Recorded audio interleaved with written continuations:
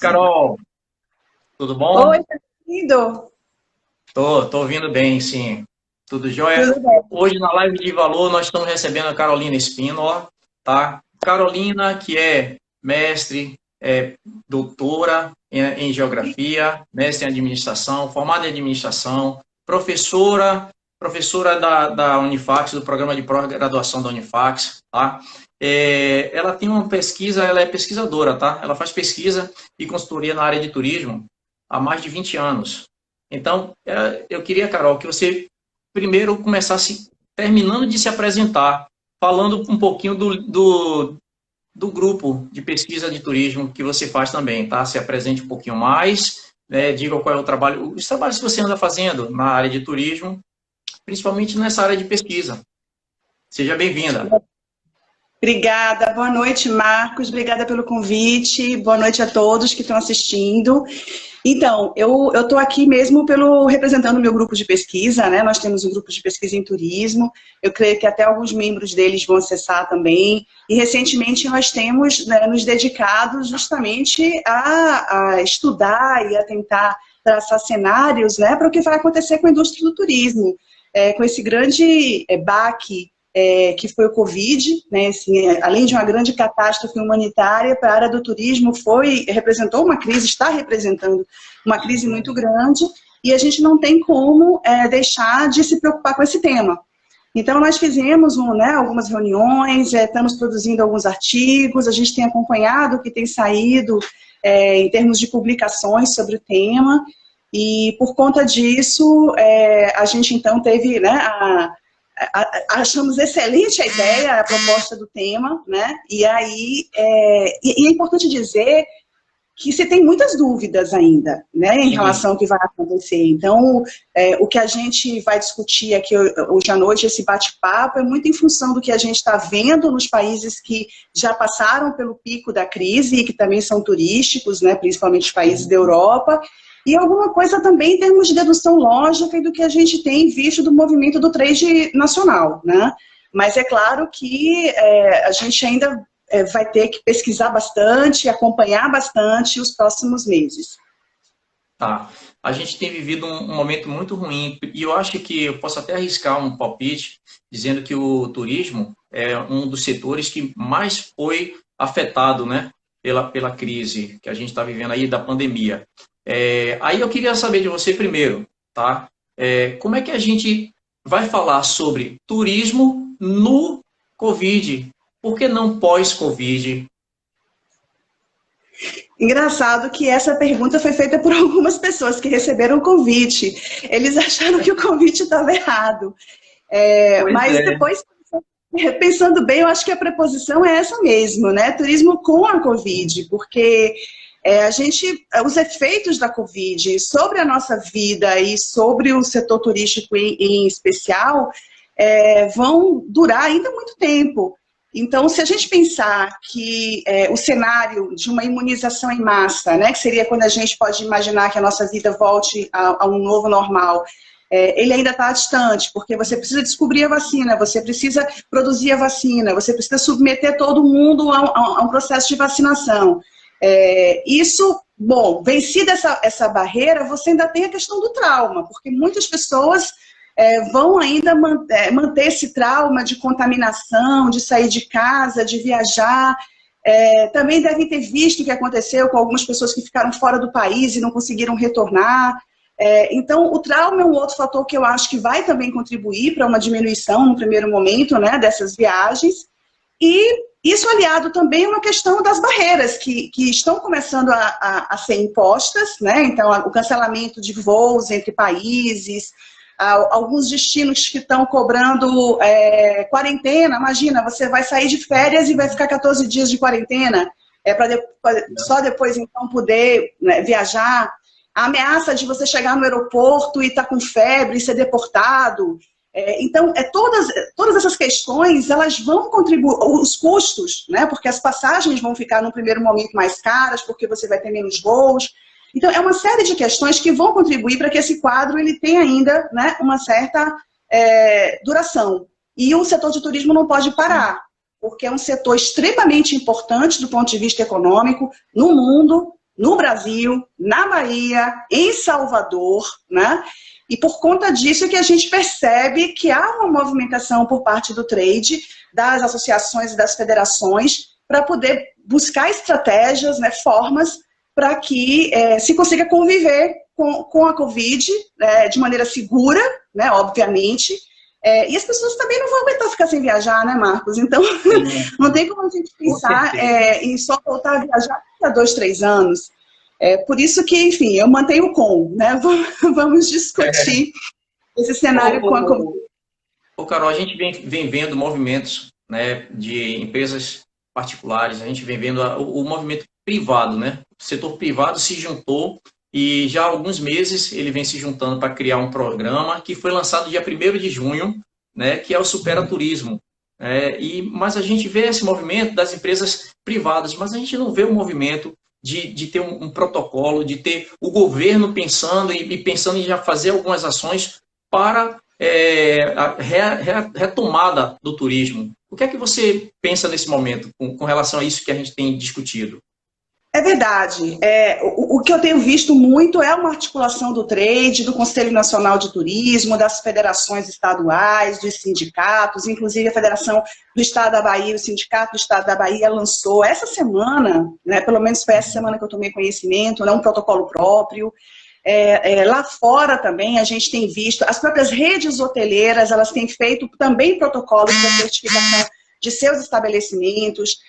Eu vejo assim, nós estamos num momento muito atípico, porque a gente está no meio ainda da pandemia e, enfim, todas as atenções estão realmente voltadas para salvar vidas, né? E eu acho que agora a prioridade é essa mesmo. Lá fora, a gente vê uma parceria, o que eu acho que faltou nesse momento por parte de iniciativa governamental é um apoio ao setor, um apoio aos empresários do setor, aos hotéis, que estão fechados, né? Então a gente tem hoje mais de 90% dos resorts fechados, em média 60% dos meios de hospedagem fechados, né? O último dado que eu vi na Panrotas. Então, esses estabelecimentos que vivem especificamente do turismo, eles estão sofrendo muito. E a gente não vê, como não vê também para as empresas, né, de outros segmentos, uma ação mais proativa do governo de ampará-los. De ampará-los, né? Agora, nos países da curva, a gente percebe que há uma parceria entre o governo, né, entre os órgãos de gestão do turismo e a iniciativa privada. A gente sabe que são 7 milhões, né, de trabalhadores da indústria do turismo e que estão parados totalmente. A gente vê alguns setores falando de redução de 30%, o automobilístico hoje retomando com a abertura das concessionárias, dizendo que perdeu em torno de 70% do faturamento, mas o turismo, se não me engano, 100%, porque ninguém está viajando. Eu estou com uma amiga nossa aqui, você que também conhece, a Adriane Virgílio, da Flytour Turismo, ela está colocando aqui que o turismo regional, para destinos próximos, que possamos ir de carro, voltará mais rápido. Legal isso, né, Carol? Com certeza, Adriana. Boa noite, Adriana, tudo bom? Que bom ter você aqui, com certeza. Inclusive, a gente tem verificado isso, né? Na França, por exemplo, existe uma recomendação de que se viaje até no máximo 100 quilômetros da sua cidade. Na Itália, você viaja dentro da sua região, você não pode, até porque na Itália a pandemia ela foi muito localizada nas regiões do norte, né? Então você tem uma barreira, digamos assim, entre as regiões. Então a gente está falando do turismo de proximidade, né? E eu acho que aí a gente tem uma grande oportunidade, enfim, se diz que crise de oportunidade ser tão batido, mas enfim, a gente tem uma grande oportunidade porque o Brasil ele é muito, muito mal vendido. A Bahia é muito mal vendida. A gente tem tantos destinos no interior do nosso estado, né, que a maior parte dos moradores de Salvador não conhece. Só conhece em São João, que infelizmente a gente não vai ter esse ano. Mas é uma oportunidade para você pegar o seu carro, então você viaja com o seu carro, é mais seguro no primeiro momento você viajar no seu carro do que você viajar com outras pessoas, embora também as companhias estejam pensando, né, em protocolos de segurança. Mas você viaja no seu carro, você vai para uma pousada menor, você vai para um município que concentra menos pessoas. Então, existe essa tendência de que municípios menores, de que destinos de natureza, num primeiro momento, eles retornem primeiro. Depois disso, viria o turismo nacional, né? E só então o turismo internacional voltaria pelos motivos que eu já mencionei, né? Que enfim, seria mais complicado. Sim. Aqui tem uma colocação de Pamela dizendo, será que os hotéis vão retomar com preços mais em conta para que a gente possa acelerar essa retomada? O que é que você acha, Carol?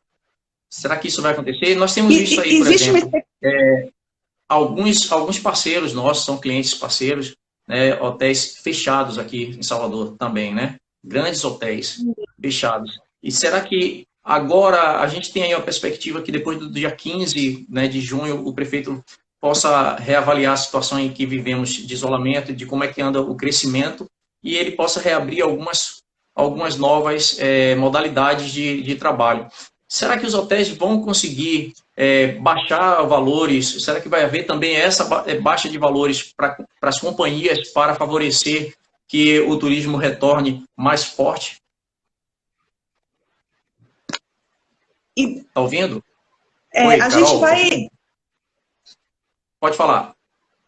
Porque eu estou com um pouco de delay, mas enfim, eu acho que a gente vai ter um cenário complicado, porque ao mesmo tempo que vai demandar dos meios de hospedagem que eles invistam, né, nessas medidas que vão ser necessárias para você poder retomar a atividade, enfim, e aí as medidas elas são as mais diversas, a gente pode falar sobre isso numa próxima pergunta, também você vai ter uma demanda pequena, né? Então você não pode passar isso totalmente para o valor da diária, porque senão você vai continuar com uma taxa de ocupação baixa, né? Mas, obviamente que não é o momento, né? Se estima que a tendência é de uma diminuição nas diárias, em torno de 20%, 30%, se estima isso, novamente, é uma estimativa, né? Mas tudo vai depender de como as coisas vão acontecer. Quanto tempo a gente vai durar nessa crise também, Marcos, né? E uma outra coisa é que a imagem do Brasil, ela está muito ruim enquanto destino turístico. Felizmente, o turismo internacional, ele representa 6% da nossa receita, né, da receita do setor. Então, assim, nós somos, assim como a China né, nós somos um país que vive eminentemente do turismo doméstico, um país continental, que tem um turismo doméstico, embora ainda pouco explorado, muito forte, né? E eu acho que isso pode ser, né, mais um elemento para a recuperação do setor, né? Mas, de fato, e aí os empresários entre a cruz e a caldeirinha, né? Necessitando fazer algum tipo, por isso que esse suporte governamental, das instituições de financiamento, né, é extremamente, um programa de repente voltado para isso, né, com juros baixos, né, enfim, subsidiado, para que a gente possa garantir que essa atividade volte, né, a operar o mais rápido possível. Isso mesmo, porque o turismo, a indústria do turismo, ela representa uma fatia considerada do PIB nacional. Então, o governo deveria pensar nisso como uma das formas de reaquecer a economia. Mas eu vou falando de uma coisa que você gosta muito aí, que eu sei. Alguém falou aí, passou aqui rápido, eu vi. Isso mesmo, Carol, a Chapada Diamantina é uma maravilha e a gente precisa visitar mais, né? Que legal, né? Então, a gente espera que a gente espera que esse turismo regional, né, que seja o impulsionador, né, da retomada do turismo. Agora eu vou fazer uma pergunta para você que é interessante. O que é o que são as travel bubbles? Então, é um nome engraçado, né? As bolhas de viagem, né? Travel bubbles, ou eles chamam também de corredores de Covid. Então, são países que estão se juntando, então, assim, países que já conseguiram passar, né, pelo pico da crise e que já estão há um determinado período sem ter nenhum novo caso. Então, eu vou dar um exemplo de Nova Zelândia e Austrália, por exemplo, que se consideram seguros, ou seja, um confia no outro, porque isso tem muito a questão da confiança, né, que eu mencionei antes. Então, eles criam como se fosse uma zona de livre trânsito entre as pessoas. Então, as linhas aéreas, né, elas voltam a circular, as rotas aéreas, elas voltam a circular normalmente e as pessoas voltam a circular também sem maiores problemas entre entre esses países, né? E aí algumas bolhas estão surgindo, por exemplo, os países do Báltico, Estônia, Letônia, Lituânia formaram uma bolha, a gente tem Croácia, Áustria, estão formando outra bolha, Israel, que não tem ninguém próximo, está querendo entrar na bolha dos outros, aí você tem Alemanha e França, e aí você fica pensando, bem, como é que isso seria no Brasil? Também depende de como as coisas vão acontecer, mas você poderia pensar em bolhas regionais, se a Covid for debelada em algumas regiões e não em outras, e você poderia pensar em bolhas na América do Sul, né? Porque a maior parte dos turistas internacionais que vêm para o Brasil são da Argentina. Então, você pensar em uma bolha na América do Sul. Mas, novamente, né, o Brasil, na América do Sul, foi o que teve o pior desempenho, né, em termos de combate à Covid, e isso vai levar um tempo também para que os países vizinhos eles tenham confiança, né, em nos visitar. Então, tudo depende daqui para frente como as coisas vão acontecer. Isso. Aqui tem a Adriana fala aqui que Portugal já tem um programa Safe and Clean como protocolo. Aí eu ia perguntar justamente isso para você. O que é que esses países que já passaram pelo pico da Covid, né, eles fizeram para a retomada do turismo, vamos dizer assim? Tá, então, uma série de protocolos, eles têm surgido, né? Então, se você hoje vai lá no site da World Travel and Tourism Council, a WTTC, que é quem reúne todas as federações e associações internacionais de turismo, no site da Organização Mundial de Turismo, que você encontra isso. E você tem protocolos para o setor aéreo, protocolos para o setor hoteleiro, para eventos, para restaurantes, enfim.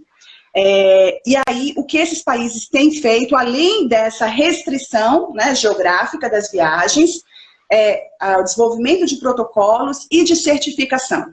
Então, uma outra questão que vem aí a reboque dos protocolos é a certificação. Porque qual é a segurança que eu tenho de ir para aquele hotel? Qual a segurança que eu tenho de que aquele hotel minimamente cumpre pela associação do setor? Então, ter um selo específico que me diga que ele é seguro. Então, isso tem sido feito em todos os países, se tem desenvolvido certificações. No Brasil, já se começou também a desenvolver certificações nesse sentido. E aí, Marcos, os protocolos, eles, você tem de protocolos que exigem um grande investimento tecnológico. Então, por exemplo, eu tomei conhecimento essa semana de um hotel no interior de Campinas, que já está fazendo isso, né? Em que você tem os totens para fazer o check-in, e que no próprio totem, você próprio afere a sua temperatura, você próprio tem um oxímetro para você tirar a sua oximetria, e se tudo estiver ok, você mesmo faz o seu check-in no totem, né? Tem aqueles tapetes com nanopartículas para poder descontaminar o solado dos calçados. Você tem luzes especiais, ultravioletas, para poder fazer a desinfecção da bagagem, da sua bagagem que chega. Em todos os ambientes, você tem equipamentos de ozônio para poder desinfectar todos os ambientes, inclusive os apartamentos. Então, assim, isso é um investimento estupendo, né?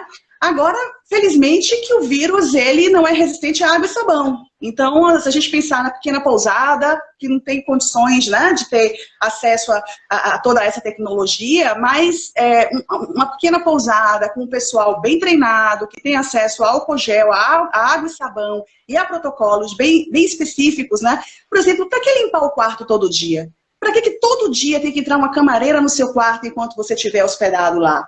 Então, existem certas medidas, né, distanciamento nos restaurantes, não ter mais um restaurante, ter serviço de quarto, tudo isso está sendo pensado. Então, algumas medidas elas são acessíveis a todos, né, e outras realmente, eu acho que as grandes redes vão sair na frente, porque vão possuir capital para isso, e vão investir, né, e tecnologias já estão sendo desenvolvidas para esse fim. Sim, sim. Inclusive, eu soube que tem a questão das lâmpadas UVs que o pessoal está passando pelos quartos, inclusive por clínicas. Isso pode ser uma das tecnologias que vão ser utilizadas pelos hotéis, né? Agora, aqui o Eric está dizendo que basicamente seriam protocolos e certificações sanitárias para a área de turismo, né? Como acontece hoje para importação e exportação de alimentos e bebidas. Talvez uma certificação, como você falou, alguns países serem certificados como zona livre de vírus, né? Algo semelhante a essa questão da alimentação que o Eric citou aí. Mas eu queria saber de você o seguinte, a gente está falando de protocolos que foram feitos por outros países, né? Algumas atividades que eles executaram para que a gente pudesse ter a retomada do país, do turismo. E aqui o país da gente? Existe algum protocolo? Você já ouviu que o governo está se mexendo para fazer alguma coisa, ou alguma norma direcionada para o setor? Então, novamente, o governo ainda não, que eu tenha conhecimento, né? E acho que muito em função desse momento que a gente está vivendo, espero que sim. Eu imagino que a gente saindo dessa crise, a gente vai ter um protocolo nacional, né? Eu acho que é a tendência, porque você inúmeros protocolos, você vai ter um protocolo nacional, e acho que você tem que ter protocolos adaptados a portes de negócios, porque você não pode exigir, né, de um estabelecimento de cama e café, de uma hospedaria, de uma pequena pousada no interior, que ela tenha, né, os mesmos, enfim, ofereça, né, os mesmos equipamentos tecnológicos, né? Que uma grande rede, que um hotel urbano de grande porte vai oferecer. Só que isso também vai levar um tempo. Só que o que eu gostei de ver é que o setor está se mobilizando. Então, assim, não está esperando por isso, né? Então, como eu disse, o Conselho Nacional de Turismo e as federações, aí a Federação dos Hotéis e Restaurantes do Estado da Bahia, junto com o sindicato também, né, dos restaurantes e hotéis, lançaram esse protocolo. É um protocolo, assim, eu achei bem na linha do que está sendo feito, né, em outros lugares, assim, não deixa a desejar, enfatiza bastante um aspecto que é muito importante, que é o treinamento da mão de obra, que é o treinamento das pessoas, que é a conscientização das pessoas, tanto o hóspede quanto aquela pessoa que trabalha no hotel, né? Então, e tem uma atenção a todo o processo da hospedagem, por exemplo, desde a entrada no hotel, do check-in, o elevador, o café da manhã, o check-out. Vai se utilizar muito de tecnologia para poder você não ter esse contato direto, né, com outras pessoas. Então, só que a gente vai ter também uma quantidade enorme de protocolos, porque você vai ter em cada estado o seu, você vai ter uma cadeia com o seu. Então, vai ter que ter um momento que você vai parar e vai dizer, vamos desenvolver um protocolo que fale a mesma língua, todo mundo entenda. Como você tinha aquele regime de estrelas que classificavam os meios de hospedagem, que aí, né, então eu vou saber que aquele hotel ele é seguro, né? Então, acho que esse momento vai chegar. A gente tem que torcer para que o nosso pico, né, de contaminação passe logo e que a gente, né, consiga, enfim, até que o governo também coloque energia nisso, né, de pensar nesse retorno, né. Mas você falou uma coisa importante, são 7 milhões de pessoas que trabalham com o turismo. O turismo representa quase 8% do PIB brasileiro, e isso a gente não está falando da informalidade, tá? Porque também existem todos aqueles informais que vivem do turismo e que a gente não tem como colocar na contabilidade nacional. Então, realmente para o Nordeste, né, isso a gente saiu de uma alta estação, então assim, a gente estaria em meses de baixa agora nesse momento, mas a perda do São João, a gente está inclusive fazendo um artigo agora sobre o impacto do cancelamento do São João nos municípios do interior da Bahia, impacto financeiro, né? Então assim, vai ser um impacto muito grande. A gente sabe que em muitos municípios tem pessoas inclusive que com o que ganham alugando a casa no São João passam o ano inteiro, né? Então, para as famílias e para os municípios vai ser uma perda muito grande. Mas não tem o que fazer. Então, o que a gente tem que pensar é como é que a gente vai colocar esses municípios na rota do morador de Salvador. E aí entra o papel das agências de viagem, né, que eu acho que, olha, desde que eu ensinava turismo, que eu dizia isso para os meus alunos, eu dizia, gente, tem tanta coisa para a gente vender na nossa própria cidade, tem tanta coisa para a gente vender no interior do nosso estado, que as pessoas não conhecem. E aí, se você me permite, tem uma outra tendência que eu me lembrei agora e que eu vi, que eu achei muito interessante, chamada staycation, que não tem vacation, que é de você tirar férias, e staycation é de você ficar, né? Então, fique na sua própria cidade, conheça a sua própria cidade. Então, o que Salvador tem de possibilidade de roteiros para serem ofertados para os moradores da cidade no final de semana, sem precisar de grande investimento, basta que a pessoa tenha conhecimento de história, de geografia, de literatura, monte os roteiros e venda, e as pessoas vão ser convidadas a sair e conhecer a sua cidade. E aí, se a gente pensa no Recôncavo, se a gente pensa na Chapada Diamantina, se a gente pensa, né, no interior do estado de uma maneira geral, esse imenso litoral que a gente tem, então as oportunidades, elas são imensas, né?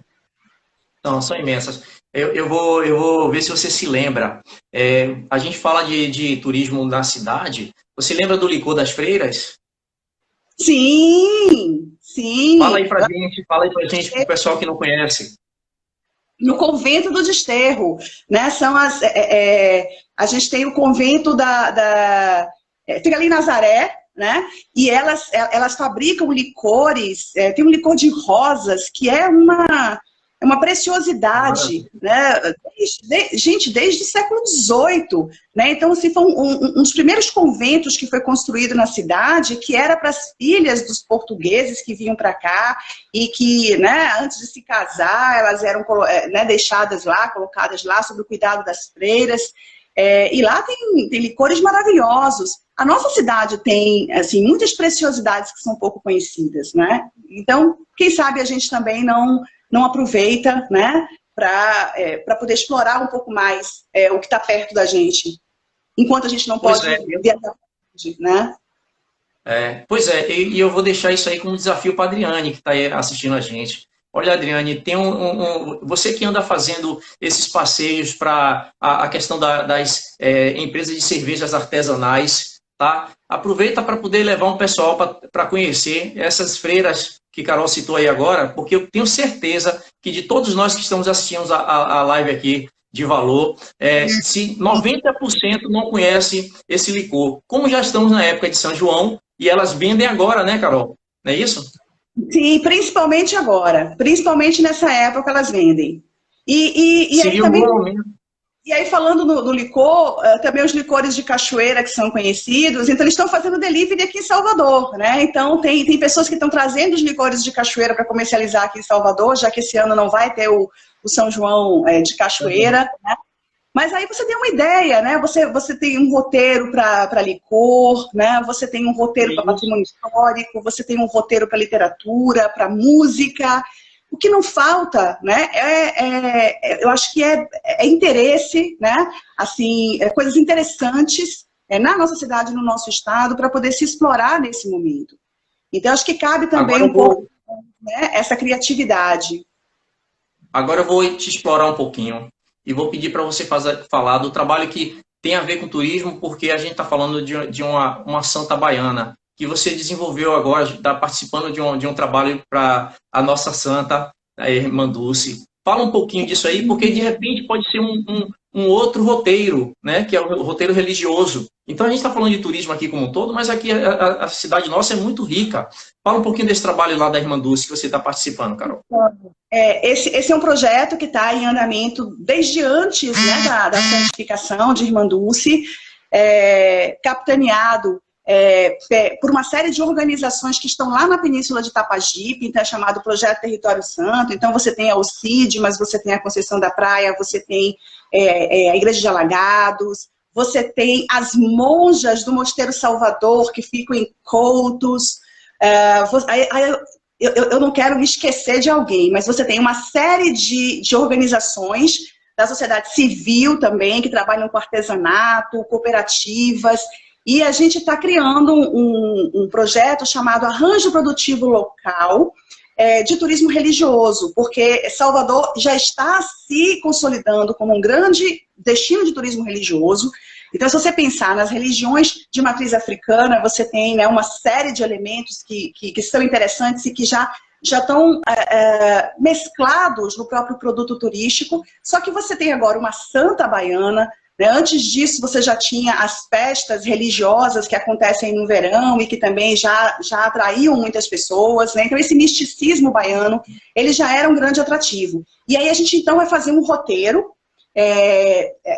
Várias universidades também estão participando, a Unifax, a UFSAL, e a gente vai sair da Conceição da Praia até a Igreja do Bonfim, passando pelas obras de Irmanduce, que é um outro ponto importante desse trajeto, mais ou menos como Santiago de Compostela, rota para quem vai a pé, rota para quem vai de bicicleta.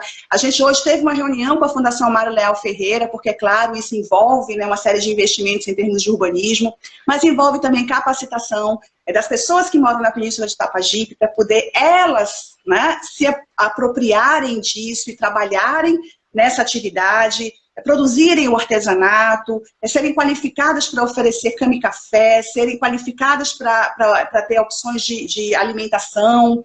Então, é um projeto assim, bem interessante, que vai mobilizar. A gente parou, obviamente, por conta da pandemia, então a gente vinha tendo reuniões uma vez por mês, 2 vezes por mês.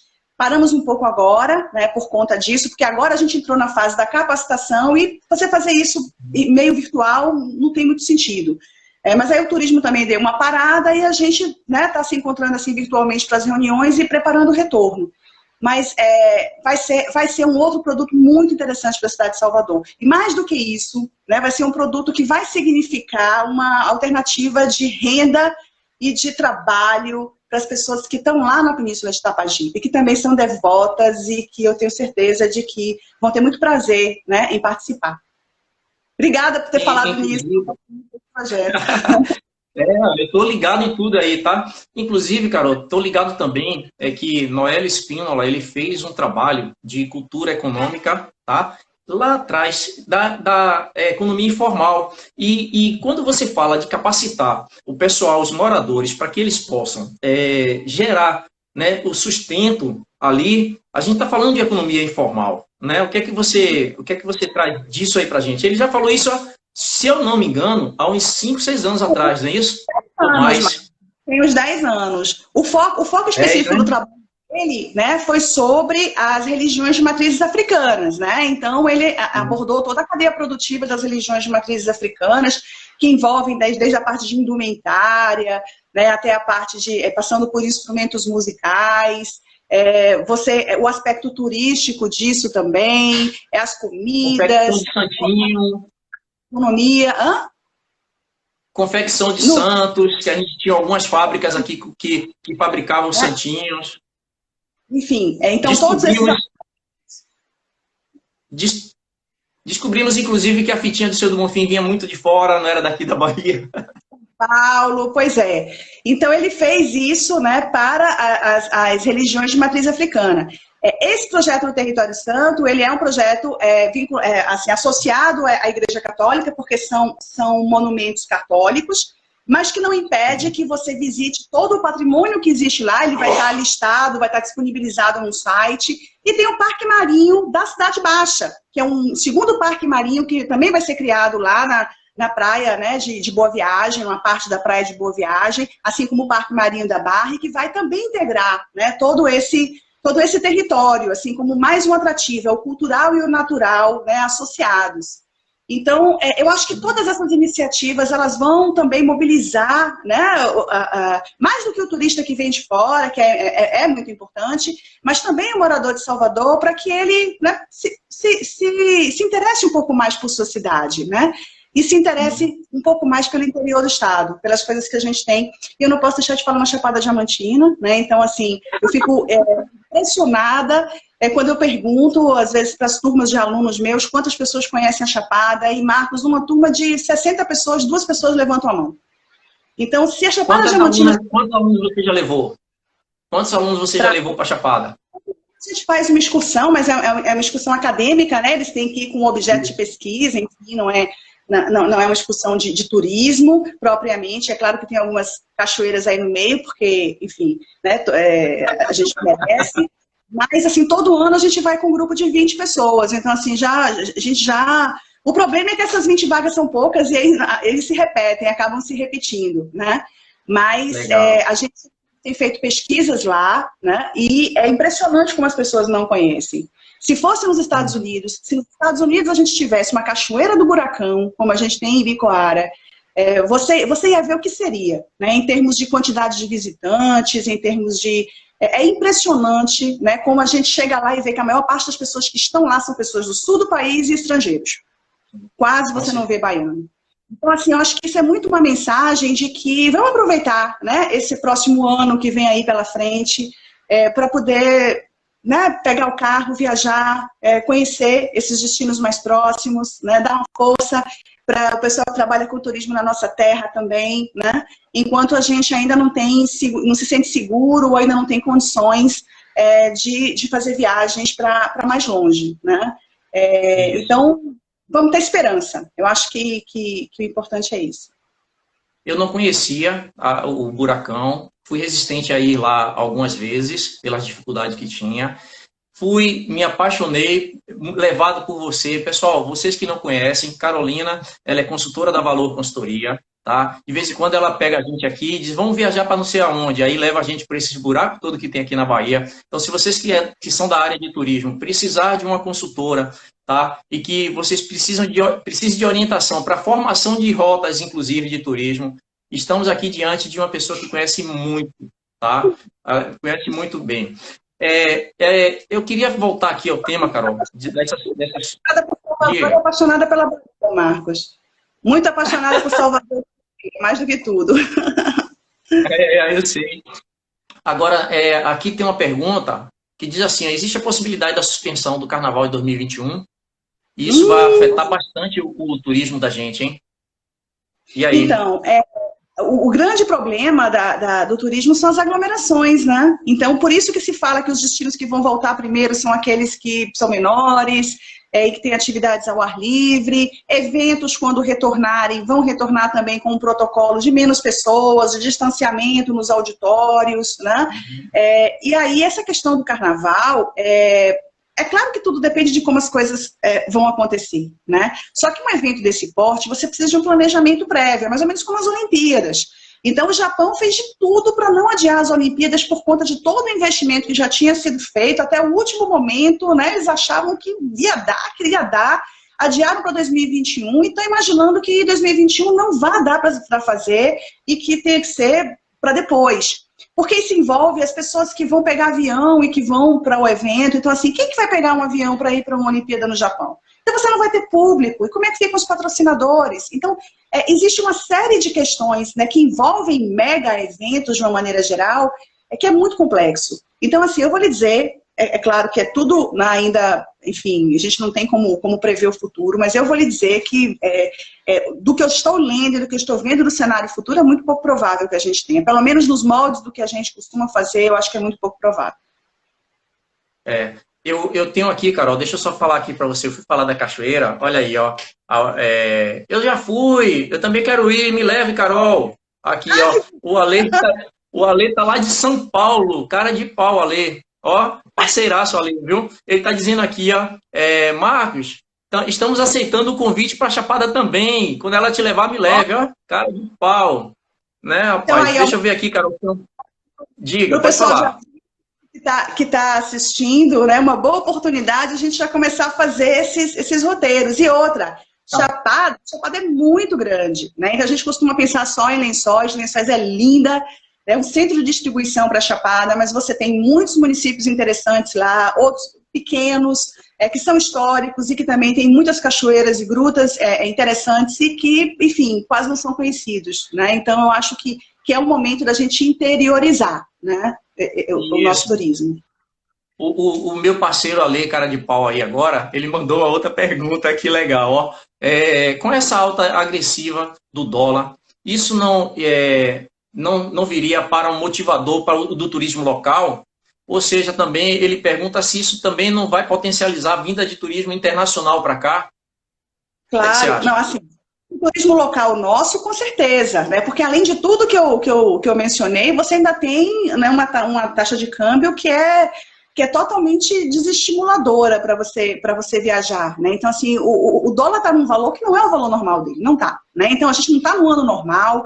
Eu tenho um amigo que diz assim, eu queria descobrir quem foi que escreveu o script de 2020, né? Porque, assim, não é um ano normal em nenhum aspecto, então esse câmbio não é um câmbio normal, não vai ficar assim, mas certamente que o câmbio, ele desestimula o turismo internacional. Ele poderia estimular o turismo nacional, ou seja, estrangeiros vindo para cá? Certamente que sim, Só que aí a gente tem os outros aspectos, né? Quem que vai ter coragem de viajar para o Brasil por agora, né? Eu diria até o final do ano. Ainda mais a gente estando se aproximando dos Estados Unidos, né? Já superando a Itália em quantidade de mortos. Então, tudo isso que está na mídia, infelizmente o turismo ele sofre muito com qualquer crise que os destinos passem, né? Então, é uma atividade extremamente sensível. E aí a gente vai ter, então, que esperar, né? Realmente tem que esperar para que a gente consiga superar essa crise e as coisas poderem voltar ao normal. Tá, aqui, Carol, tem uma pessoa falando aqui, parabéns, Carol, Ângela, parabéns, Carolina. Vejo você sempre falando de áreas verdes na Câmara do Painel de Salvador de Mudança do Clima, e ver você falando do turismo é encantador. Como ligar as duas temáticas? Então, nesses momentos, as pessoas buscam a natureza, né? A gente está confinado, e a gente... isso é um movimento natural, quer dizer, as pessoas estão sentindo falta de ir para o meio natural. Isso já está sendo percebido, que esses ambientes naturais, os parques, as reservas, as praias, né, o litoral, estão sendo os lugares procurados pelas pessoas que estão começando a poder viajar nos países que já passaram pela pandemia, né? Agora, existe uma outra preocupação que é a seguinte, esses lugares também, eles têm uma capacidade de suporte, tem um limite para receber, né? Então, a gente também tem que pensar no turismo responsável, né, do ponto de vista ambiental, é uma outra questão que se tem que colocar, né? Então, se distribuir bem esses fluxos, que é para você evitar outros problemas. Mas certamente que os destinos de natureza, nesse momento, eles vão despontar. Inclusive, eu li hoje, agora já não me recordo onde foi, que no Centro-Oeste, Bonito, né, está encabeçando a lista dos destinos que estão sendo mais procurados para o futuro ainda, né, mas nessa retomada. Então, é um destino de natureza. Então, eu imagino que isso vai acontecer com os parques nacionais brasileiros. Nós temos 74 parques nacionais no Brasil. Temos 10 parques nacionais na Bahia. Na Bahia. E as pessoas não conhecem. Então, aí fica um convite, né, para já quem está pensando nas suas férias de fim de ano, dar uma estudadinha, uma procurada, né, porque tem muita coisa interessante para fazer. Eu vou falar aqui, Carol, ó, Leboreiro, grande parceiro Leboreiro, ele está dizendo aqui, parabéns, Carol e Marcos. Lebor, você é parceiro nosso, viu? Muito obrigado aí pela a sua audiência aí com a gente, tá? Carol, a gente está chegando já ao final da nossa live, ó. Eu ouvi o pessoal falar aqui, ó. Mas eu queria que você, primeiro eu queria agradecer a você. Queria dizer a vocês que estão assistindo a gente aí agora, que essa live da gente, vocês que entraram depois e querem pegar desde o início, tá? Essa live vai estar disponibilizada no nosso canal do YouTube, canal da Valor Consultoria, lá no YouTube. Chega lá, se inscreve e toca o sininho para poder dar uma força para a gente lá, tá bom? E assistam essas lives, essa e outras que estão lá. Eu queria também dizer que na sexta-feira, nós também vamos ter aqui, nossa live de valor, ela é feita na segunda, quartas e sexta. Sexta-feira nós vamos ter aqui o Gabriel Macedo, ele mesmo, é o sobrinho de Armandinho, tá? O Gabriel, a gente vai falar sobre a música e sua contribuição com o bem-estar no afastamento social. Carol, eu queria, é uma pena, nosso bate-papo está chegando ao fim. Eu queria que você fizesse uma consideração final com relação ao que a gente vinha discutindo aqui agora. A palavra é sua.